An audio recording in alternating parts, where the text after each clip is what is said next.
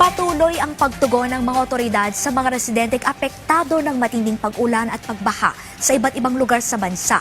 Kabilang dito ang Philippine Coast Guard o PCG na nagsagawa ng mga paglikas at rescue operations para matiyak ang kaligtasan ng mga residente at mangingisda sa mga lugar na apektado ng masamang panahon.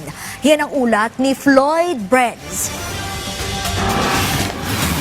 Nagsagawa ang Philippine Coast Guard ng agarang paglikas sa mahigit 100 residente na apektado ng matinding pagbaha sa Imus City, Cavite. Pinangunahan ito ng Coast Guard Station Cavite at Coast Guard Outpost Imus, katuwang ang City Disaster Risk Reduction and Management Office.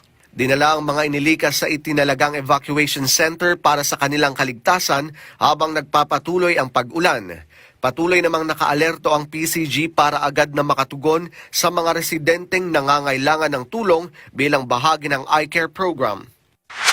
Nailigtas naman ng Philippine Coast Guard ang 2 mangingisda matapos tumaob ang kanilang motorbangka sa katubigan sa labas ng Barangay La Paz, Lawag City. Rumesponde ang Coast Guard Substation Lawag City. Katulong ang mga lokal na residente at gamit ang bamboo raft para mailigtas ang mga mangingisda. Nasa maayos na kalagayan ang 2 at ipinasa sa City Disaster Risk Reduction and Management Office para sa medical assessment. Ayon sa PCG, nangingisda ang mga biktima ng tamaan ng malaking alon ang kanilang motorbangka.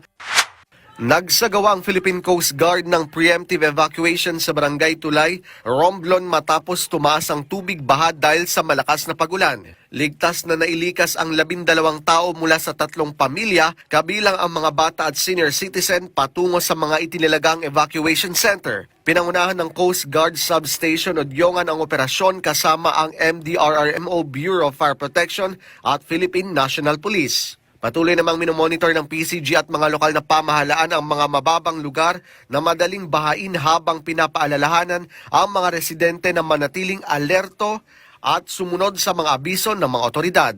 Floyd Brenz para sa Bayan.